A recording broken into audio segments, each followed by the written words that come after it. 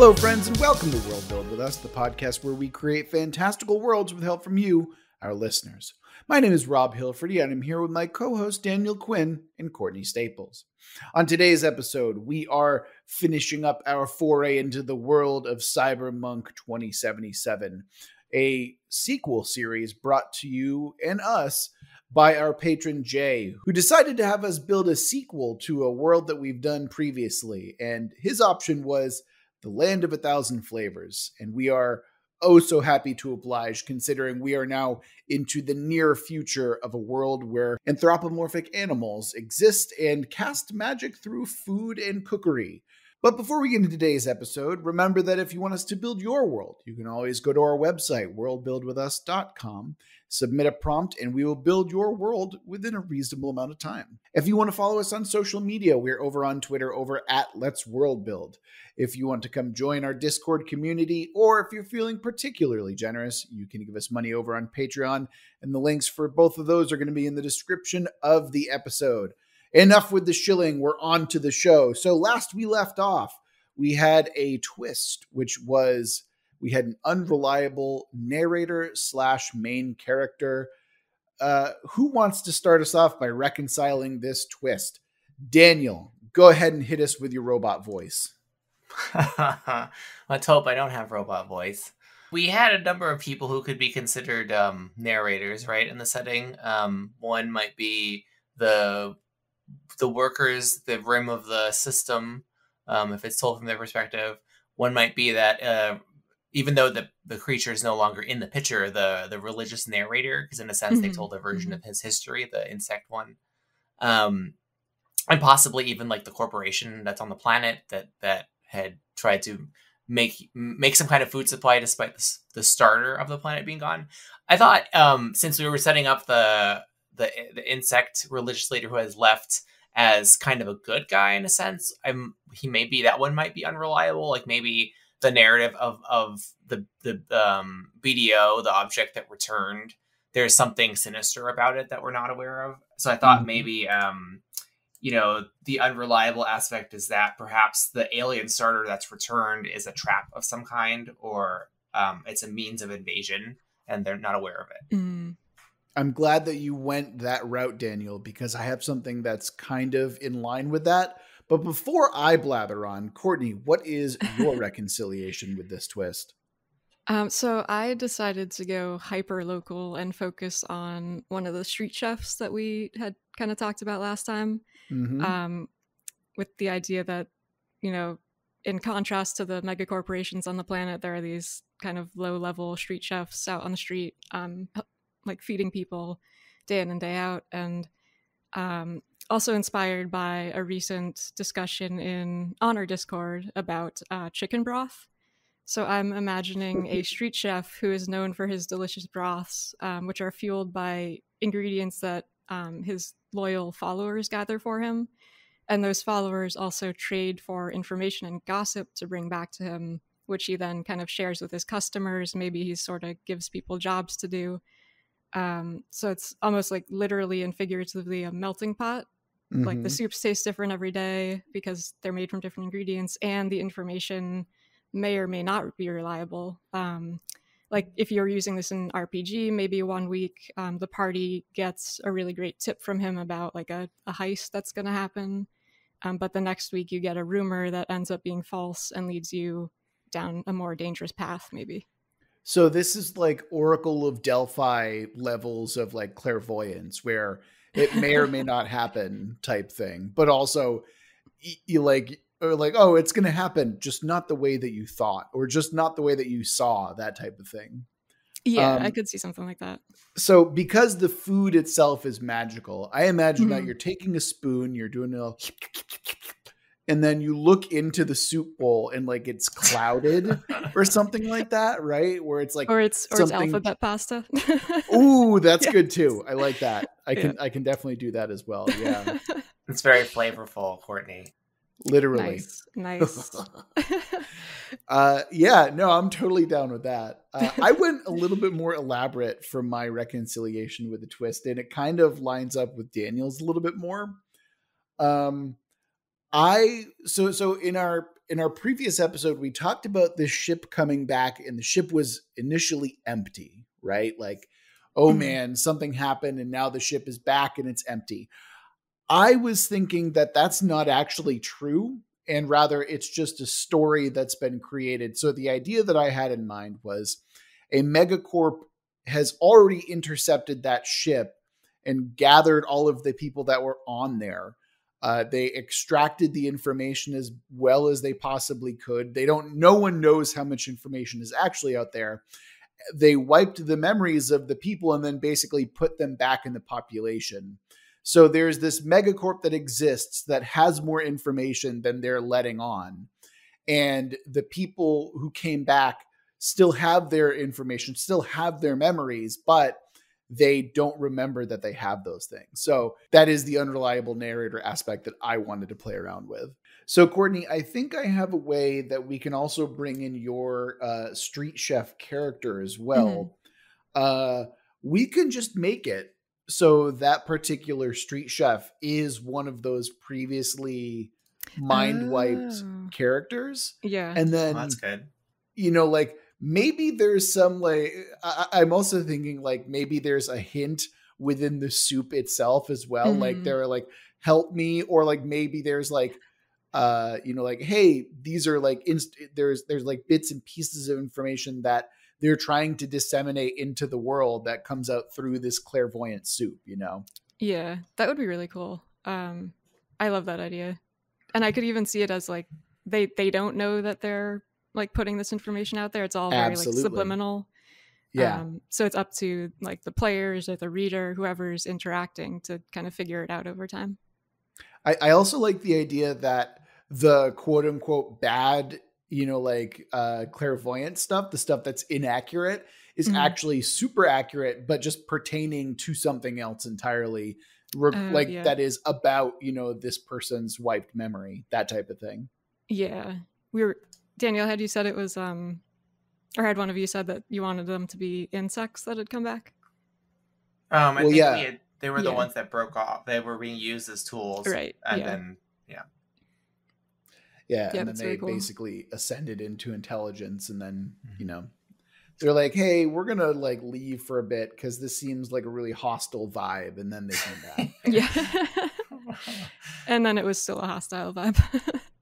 I mean, it's hard to get rid of the hostile vibes, but remember, less hostile. Right. I mean, it makes sense what you guys have put together, because if the corporation that is on the planet, right, they had basically consolidated power because they found a way to have people survive when their starter was used up, right?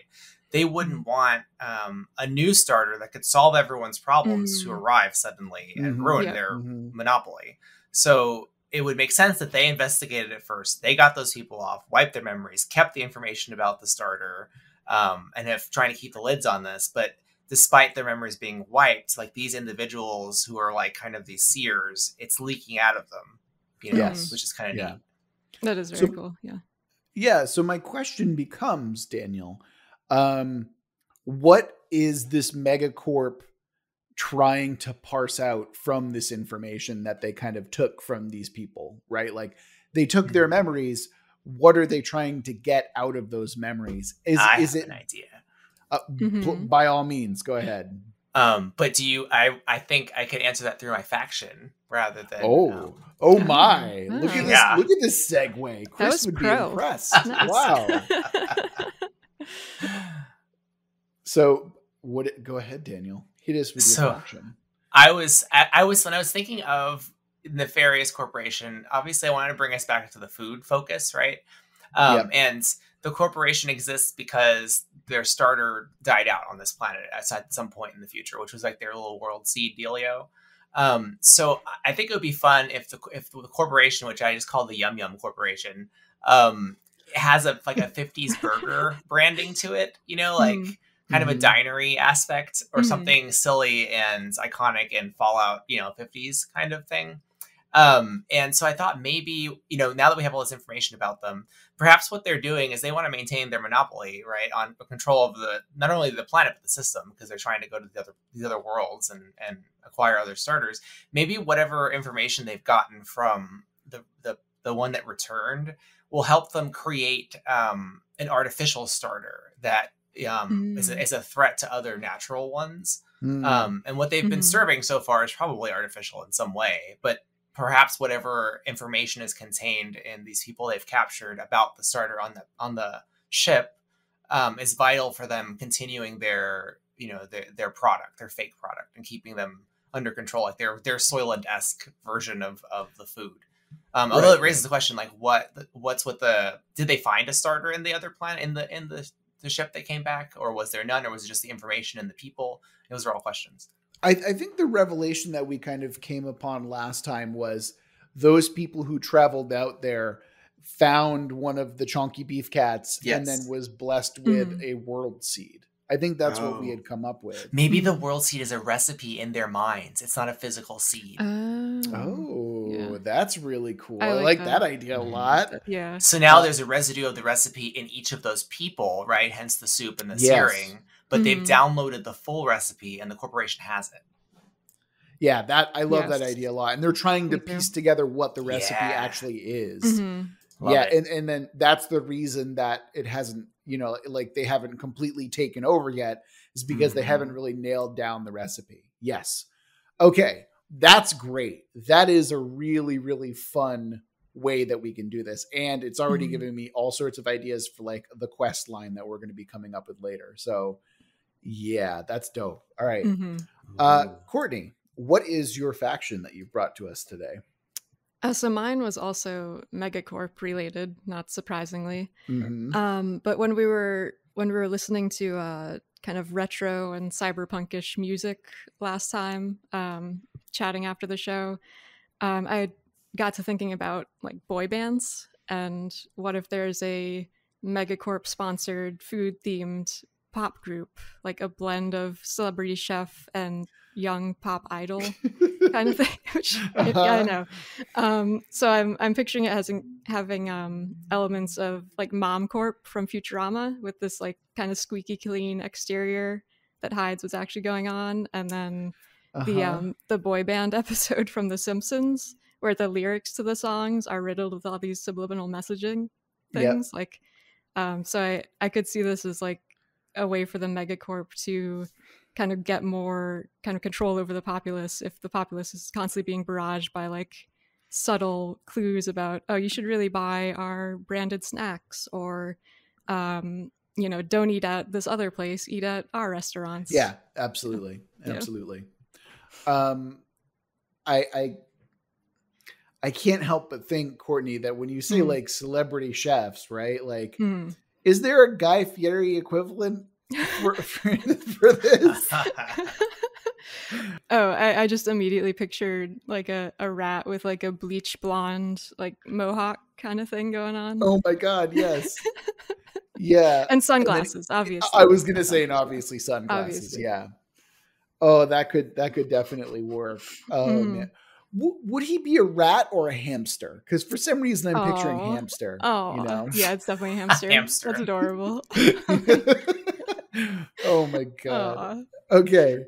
So that's also, I always want to point out a good Simpsons reference. And boy, do I love that episode of The Simpsons. Yvan and Nioj, by the way. Yeah.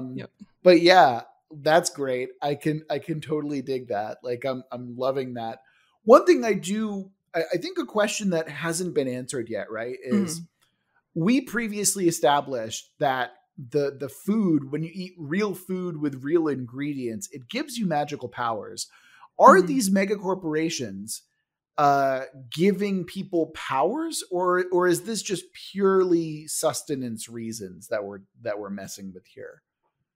I think they shouldn't, because I feel like the magic then would be very kind of subversive and Jedi-like. If the artificial food doesn't give you magic, you have to have real food. Although I could see them using that to their advantage, like if they have some sort of special edition release food that comes out that does give some very minor powers that they can then like charge out the ass for.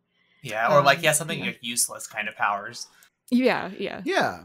Or even like I can also see it as like they've corporatized like what are essentially magic potions, and they're not as potent and they're not as like flavorful, but they're still like, it's kind of like that weird meat cube thing, that we've talked about before in the Discord, where it's like, here's a cube of meat, here's a cube of Brussels sprouts, where it's like, that's the corporate version of a magical potion, where it's like, okay, I'm going to get super strength, but it's not going to be as strong and it's not going to last as long or something like that.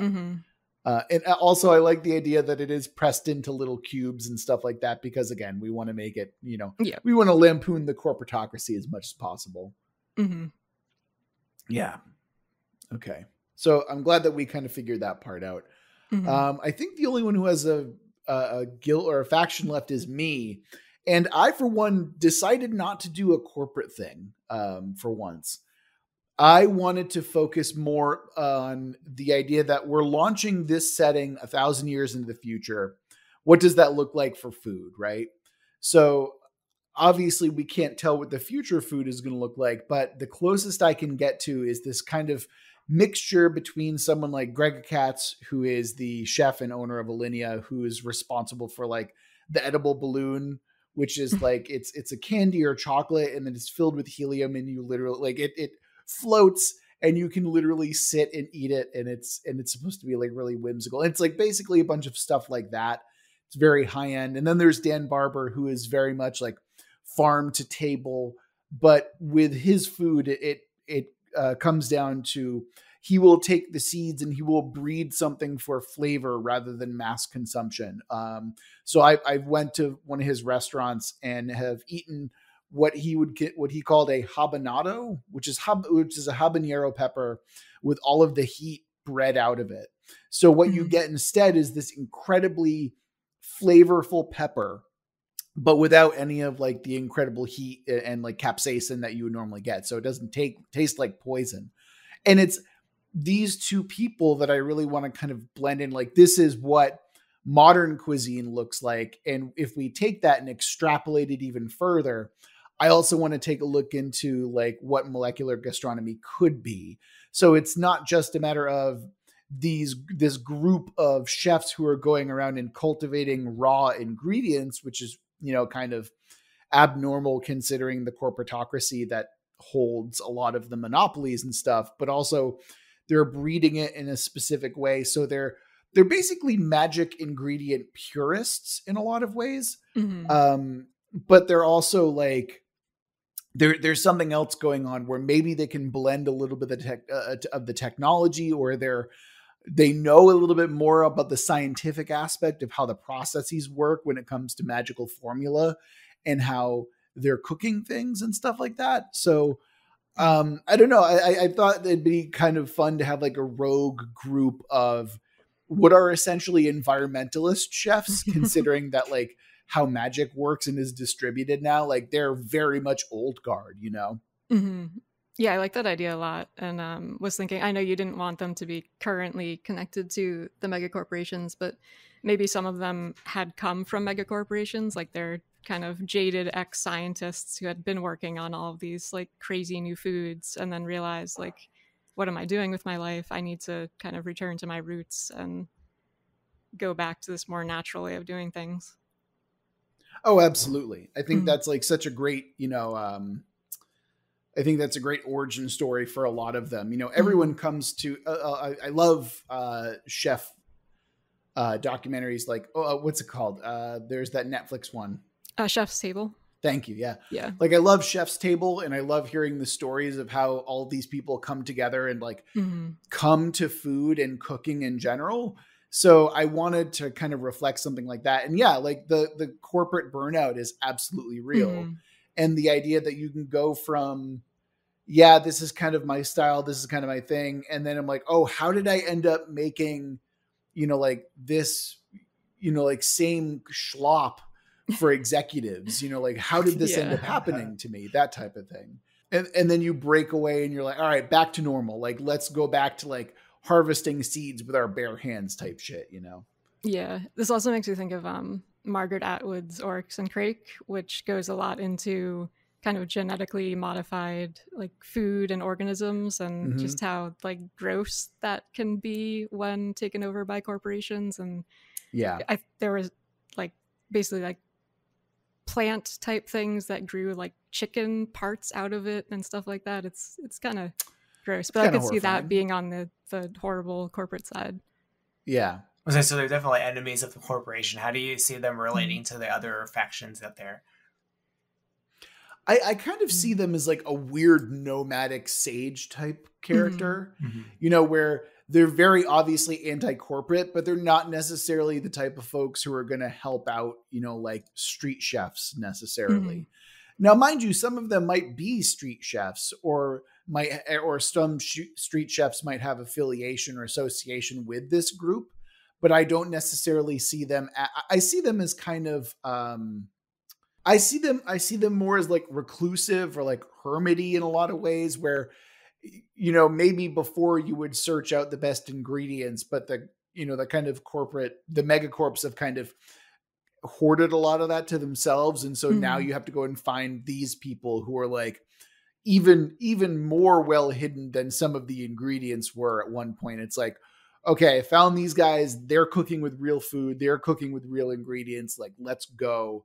Like this is what I came to learn magic for or cooking for, Yeah.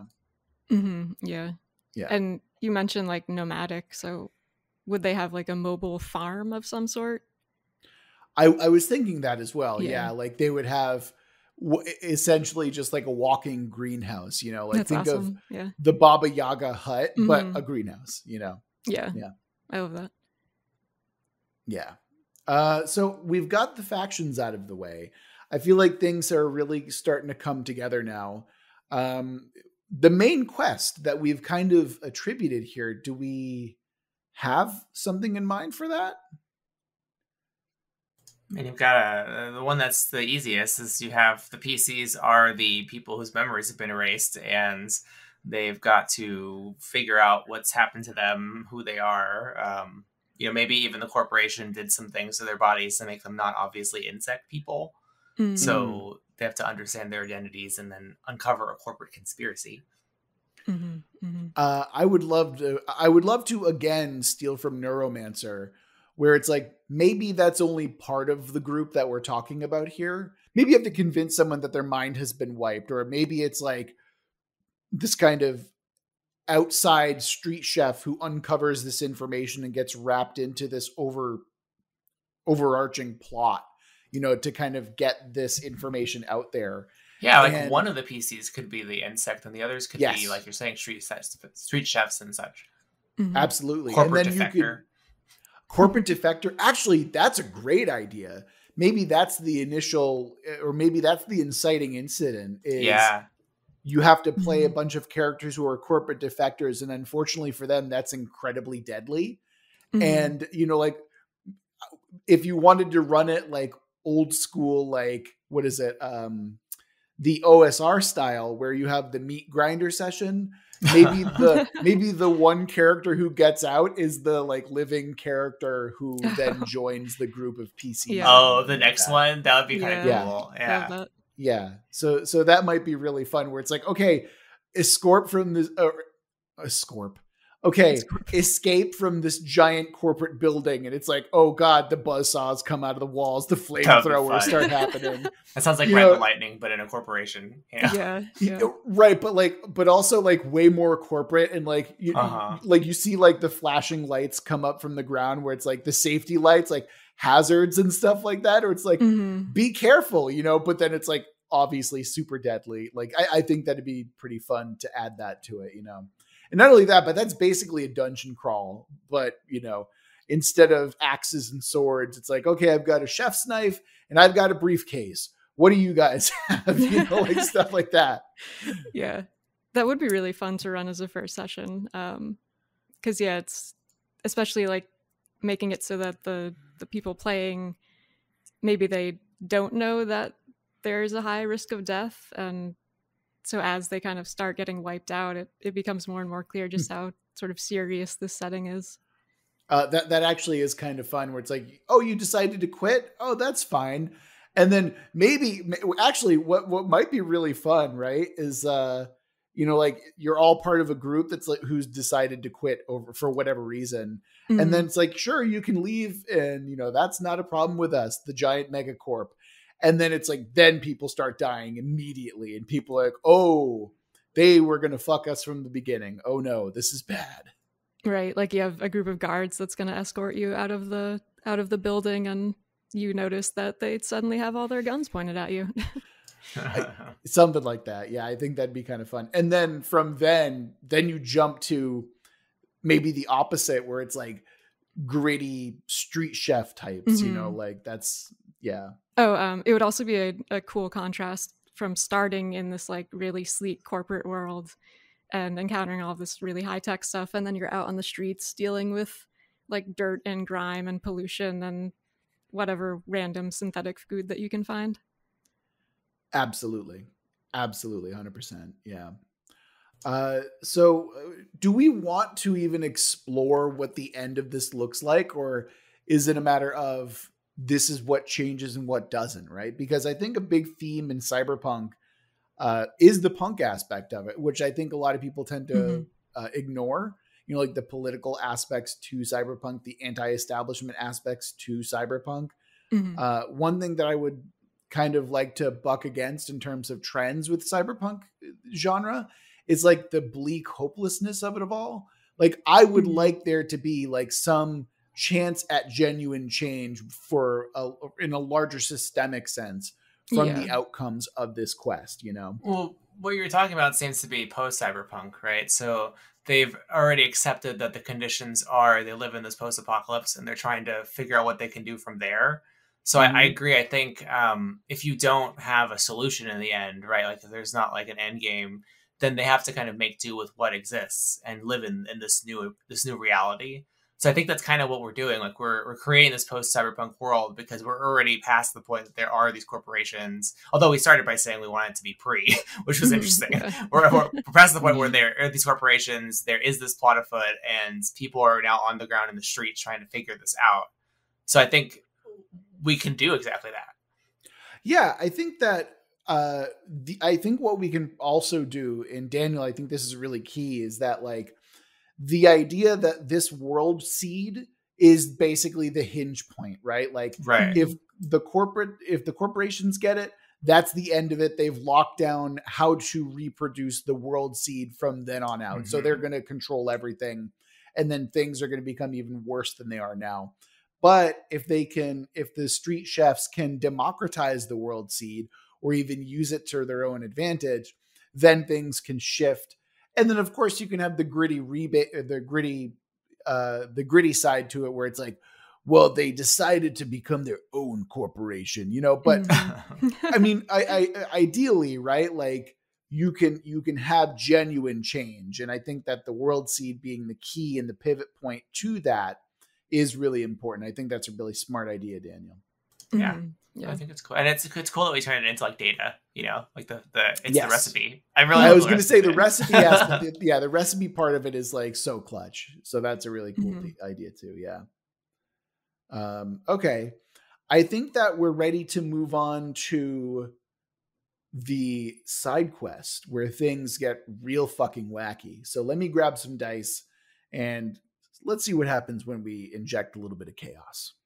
All right, so for the side quest here, we're going to roll some dice, including the new genre that we're going to be focusing on here. So instead of a weird cyberpunk fantasy, well, it's more Shadowrun. But besides that, let's see what we get now. So we're going to roll the die, and the new genre is going to be...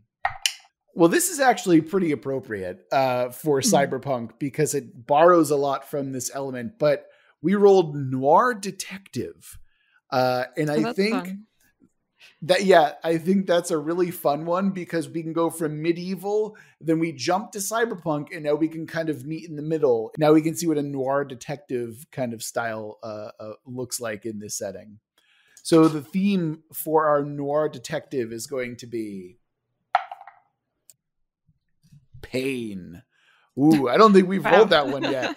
That's an interesting one. That's intense. And the thing, yeah, a little bit. And now the thing that we're going to be focusing on is a weapon. Appropriate. So we've got a noir detective genre. We've got a theme of pain. And the first thing that we're focusing on is a weapon. So who wants to start us off here?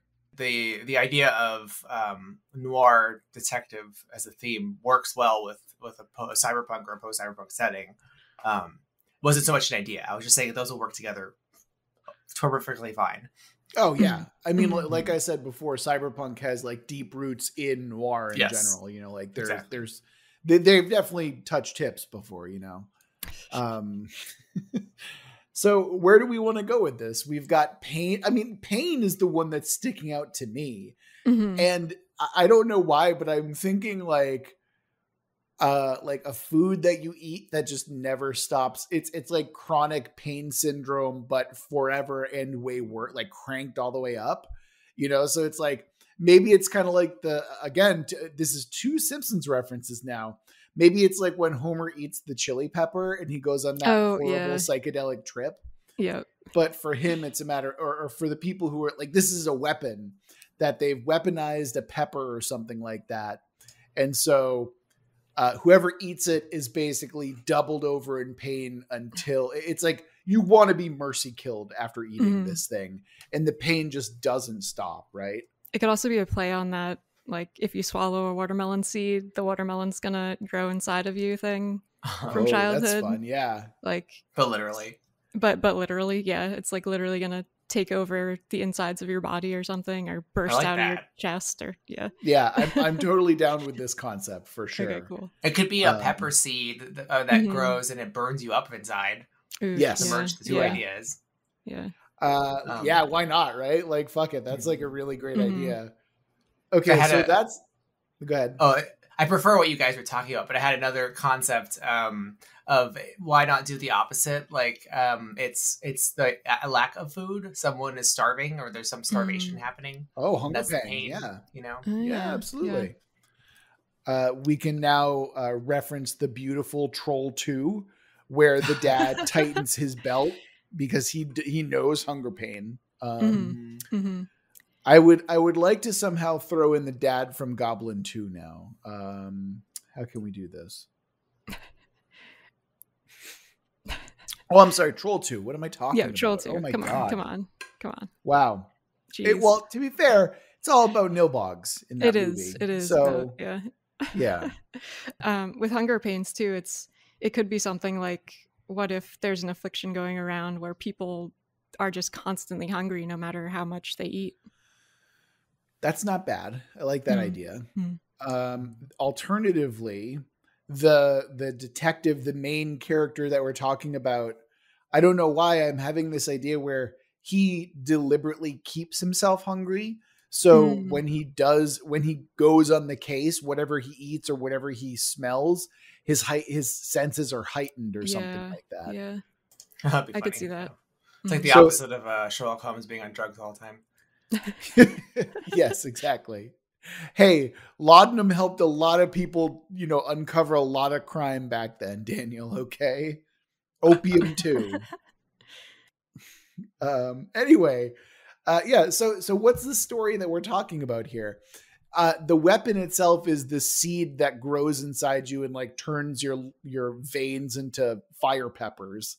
So what's the overall story? Is this a Maltese Falcon thing where he's got to find this thing and keep people safe? Like, what's the deal that we're working with here?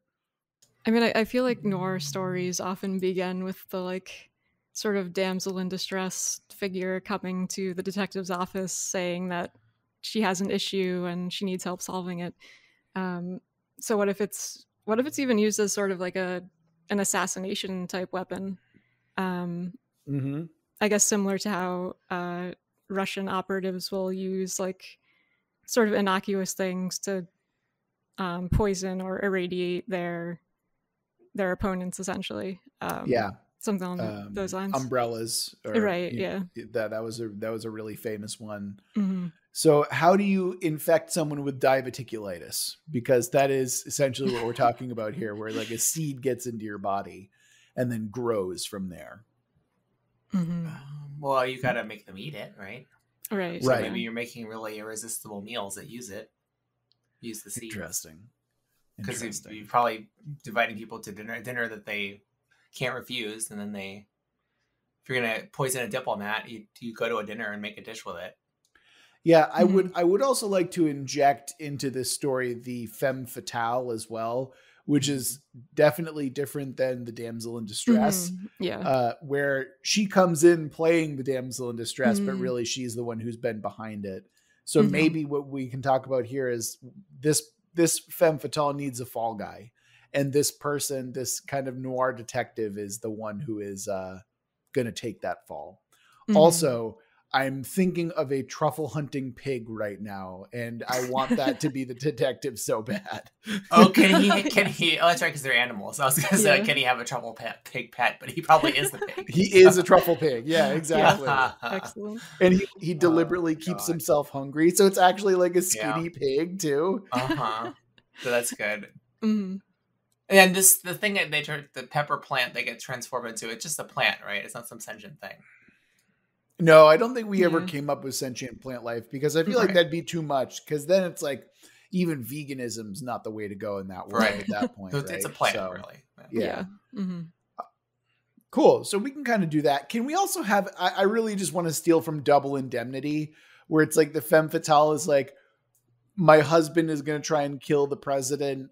And then she's actually just trying to get her husband killed. And so like, he's the one who's actually in danger, that type of thing. Yeah, I like that.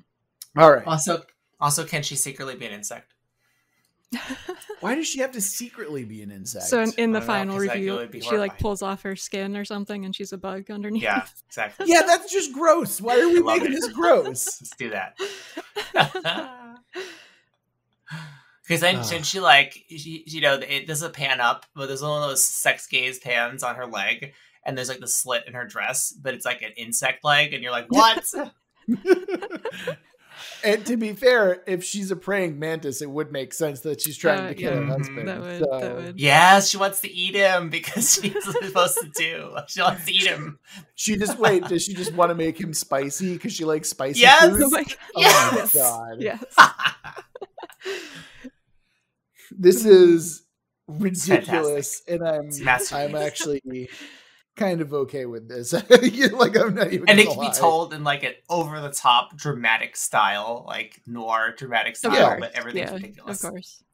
Everything's black and white and like heavily shaded. Yeah. And then I swear this wasn't a fever dream as I had as a kid, but there used to be a show called Fish where it was like people, like anthropomorphic fish who were a detective. I swear to you, this is real. And it was like kind of adult. And I don't remember literally anything about it besides that.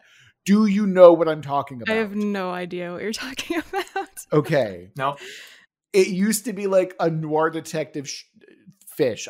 That's all I remember. And it's like, I remember one episode airing ever. And I swear, I promise it's not a fever dream, but I know that this exists somewhere. And if anyone knows about it, let us know, please. Okay.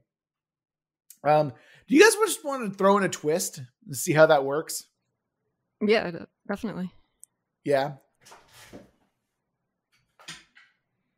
You know, we normally don't do the plot twist for the side quests here, but I think we're so off the rails that we might as well at this point. Yeah, Fish Police. There we go.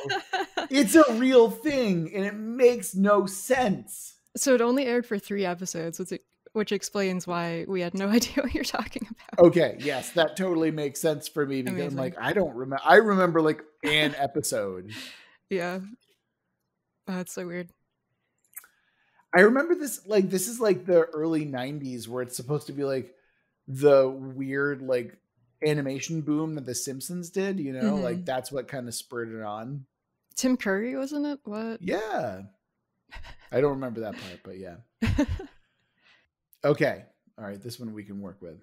All right. So normally we don't roll for a twist on the side quest, but I just kind of feel like it. So let's see what happens when we roll the twist.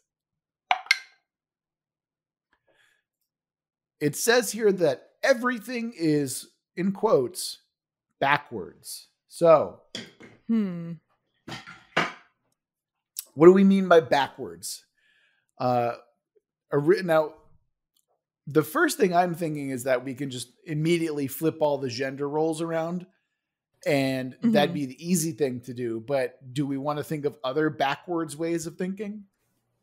Cylons. What does that even mean?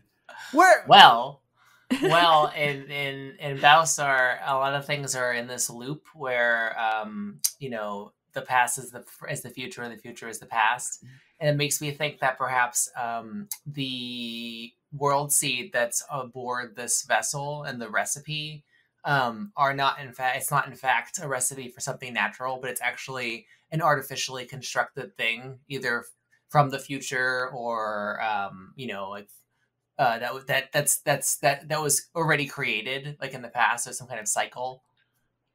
So, how does this tie into our Neo detective or our noir detective movie? Oh, it has to be part of the detective. Yeah, that's what we were rolling the twist on. Oh, okay, never mind. Yeah, though I do like that for the main thing. Yeah, I give it some weird time loop. Mm-hmm. Yeah. Actually, wait a minute. Hold on here. So I know that you just said that about the thing, but why can't we just have that be part of the cycle? Like, it just so happens that this silly detective story that we're talking about is the world seed that we're talking about here. It's like, this is what happens when you feed someone this particular world seed, is it causes them immense pain and kills them in some way or something like that. Can we tie it all together? Doesn't it turn them into a plant? Yeah. No, it just grows from... Oh, is that like a weird sacrifice thing that we haven't I was thinking talked that about? too. Yeah, like they knowingly or unknowingly sacrifice themselves to give a new life. That's kind of interesting, actually. They That's being really interesting. Who does? Hmm? Who's they? Okay, hold on. The wife knows that by feeding the husband the seed, it will cause the new world seed to bloom, but the husband doesn't. And okay, yeah, that's got to be it, right? Like, could the husband be the CEO then, and the wife is actually an acolyte from the ship, or maybe the original one? Again, so here's what's happening. I'm suggesting that this detective thriller that we're coming up with here takes place somewhere in between the cyberpunk future and the medieval setting that we originally had. And the cyclical nature that you're talking about, Daniel, this is one of the stories. This is one of the cyclical stories that we're talking about. I see. Yeah. Okay. Oh, okay. Yeah, then that makes sense. Yeah. All right. That went off the rails super hard, and I'm totally okay with that. And I think that we're just going to call this episode. Jay, thank you so much for reintroducing us to the world of the Land of 1,000 Flavors. It was so great to be able to come back and explore what a future cyberpunk looks like with red wall animals and stuff like that. So a big thanks to Jay, and a big thanks to all of you for listening. Remember that if you want us to build your world, you can always go to our website, worldbuildwithus.com. If you feel like communicating with us the old-fashioned way and emailing us, you can do that by going to worldbuildwithus@gmail.com. And just, telling us your hopes and dreams, telling us about how much you love us or how much you hate us. Either one's fine. If you want to follow us on social media, of course, we are over on Twitter, over at Let's World Build. And if you want to come join our community on Discord, or if you're feeling particularly generous and you want to give us money on Patreon, the link for both of those are going to be in the description of the episode. That is it for this week of World Build with Us. Remember that we love you very much, and we're going to get through this together. Until next week.